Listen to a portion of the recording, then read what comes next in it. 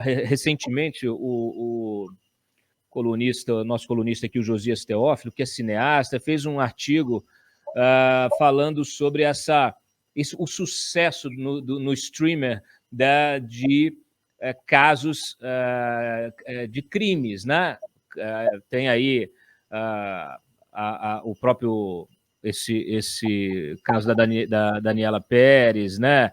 Do Guilherme de Pádua, tem uma série de outros casos históricos recentes que são revisitados, que acabam virando realmente sucesso de bilheteria, sucesso de audiência. O teu livro mesmo é um sucesso de vendas também.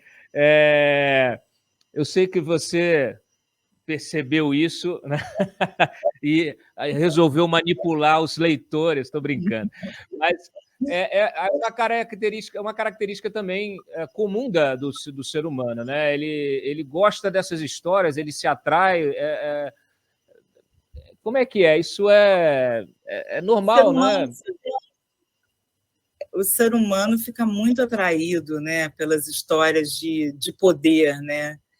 E realmente existe um fascínio hoje em dia. Até estou já escrevendo um novo livro também sobre isso, para falar um pouco sobre a maldade humana, né, que não é tão falada assim. Mas as pessoas são fascinadas porque muitas vezes esse comportamento psicopático ele vem também com muito poder, né? E é um poder as pessoas normalmente têm medo, né?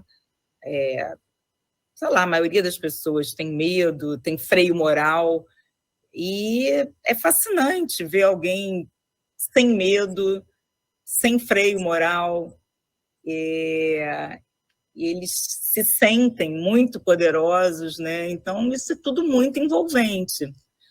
Então, fascina muito. Os vilões também fascinam muito. Os vilões fascinam.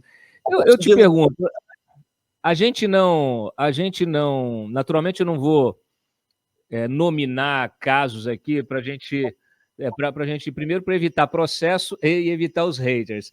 Mas eu gostaria da tua avaliação em tese, como gostam de dizer os ministros do Supremo quando vão falar sobre alguma coisa, vamos falar em tese, né? Eu cubro política, cubro poder, bastidores do poder aqui há 20 anos, e eu percebo muitas vezes que também é uma máxima, né? A confirmação da máxima que o poder corrompe. A gente está falando de poder e me veio à mente isso. Muitas vezes, justamente, o sujeito chega numa posição de destaque, uma posição de autoridade, e às vezes ele exerce esse poder de uma forma tranquila, serena, às vezes, dependendo das circunstâncias, né, das condições de temperatura e pressão, ele passa a exercer esse poder com arbítrio, né? Passa a abusar desse poder e passa a expressar características que são muito semelhantes às que você cita no teu livro. Como é que é possível realmente o sujeito desenvolver uma psicopatia, né, um comportamento, um transtorno desse psiquiátrico até, em determinado momento da vida, ou ele sempre trouxe aquilo ali, era uma sementinha que depois foi regada, acabou sendo regada pelo poder, e ele passou a exercer essa característica, esse caráter dele? Usando assim uma metáfora, todo mundo tem luz e sombra, né? Então, determinadas situações na vida, elas vão certamente apertar o botão daquilo que é mais saudável, mais construtivo na pessoa. E tem situações que elas apertam os botões mais destrutivos e sombrios de uma pessoa. Inclusive, quando a pessoa entra pela onda do vício, e o poder também vicia, né?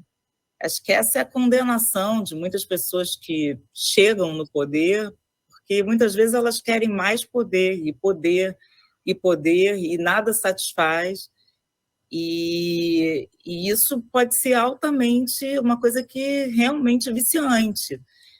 E aí eu diria assim, que não necessariamente a pessoa desenvolveu um transtorno de personalidade, até porque a gente, de forma conceitual, isso começa a aparecer no início da vida adulta, no final da adolescência, mas a pessoa está, digamos assim, com seus botões mais daquilo que é mais destrutivo nesse sentido do sombrio, né? Sombrio porque vai fazer, abusa, né? Faz mal, é nocivo para o outro, né? Isso pode envolver todo tipo de abuso, né? E outras coisas, como roubar, como... Você entende muito bem disso, que está aí há muito tempo acompanhando as piores coisas, né? Então, eu acho que realmente é um ambiente que o ambiente do poder ele é muito sedutor e ele pode fazer com... Não tem aquele... Tem um filme que é ótimo também para isso, o Lobo de Wall Street, né? Filme ótimo, né? Que retrata isso, mas esse, sei lá, foi o que me veio à cabeça, tem N outros filmes, mas eu acho que são os traços sombrios e altamente destrutivos que ficam mais assim deflagrados, dependendo do ambiente e dependendo das seduções desse ambiente. Eu tenho uma frase aqui para o teu próximo livro, que é sobre o mal, e que faz referência a essa, que é assim, a mistura do mal com atraso e pitadas de psicopatia. Boa! A gente tem que rir um pouco disso, mas assim, você já conheceu alguém que fosse assim, uma mistura do mal com atraso e pitadas de psicopatia? Já, porque tudo também é mesclado, né? As coisas elas ficam interligadas, mas com certeza. E você? Mandou para o hospital, deu uma receita desse tamanho de remédio. O quê? Peraí, isso eu não vi. O quê? Passou uma prescrição pesada de remédios para... Como é que Agora, faz? Por favor, por favor. Eu só ia falar o seguinte, que por ser uma questão de personalidade e não dos sintomas, como no caso da esquizofrenia, do transtorno bipolar, então, em geral, o que acontece, esse tipo de transtorno, ele não responde à medicação, tá? Porque não é como uma psicose, que a pessoa perde o contato com a realidade, tem delírio, alucinação, tem aqueles sintomas quando ela está psicótica, e aí a medicação faz efeito e reduz aquela sintomatologia. Nesse caso, não, é um problema da personalidade. Então, não vem na forma de sintomas, mas na forma de uma alteração mais profunda mesmo, na personalidade, no caráter.